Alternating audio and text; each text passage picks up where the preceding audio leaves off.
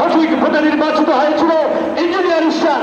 তারপরে আইনের মাধ্যমে সঠিক রায়ের প্রতিফলন ঘটিয়ে ইশরাক আবার প্রমাণ করেছে তিনি এই ঢাকাবাসীর নির্বাচিত প্রতিনিধি।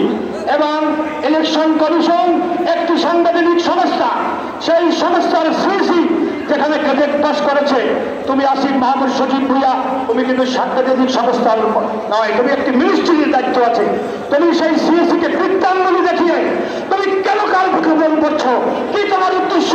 তুমি শুধু মুরাদনগরে খেলো, মুরাদনগরে তোমার জায়গা হবে না, কারণ ওখানে আমাদের শাহ মোফাজ্জল হোসেন গায়কোয়াড় জনপ্রিয় পপুলার পার্সনেজ। অতএব তুমি কিন্তু বাঘের লেজে পাড়া দিচ্ছ। সাবধান হয়ে যাও, এক ফ্যাসিস্ট বিদায় করেছি। আমাদের আজকে এই ইশরাক হোসেনের জন্য আন্দোলন করতে হচ্ছে। আর এদিকে দেখো নয়াদিল্লিতে শেখ হাসিনা কেলিয়ে কেলিয়ে হাসছে।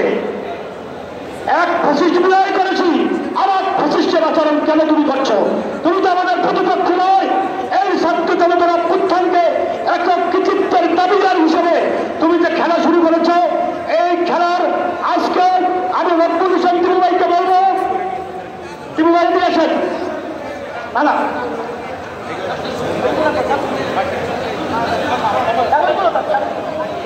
হলুদ কার্ড প্রদর্শন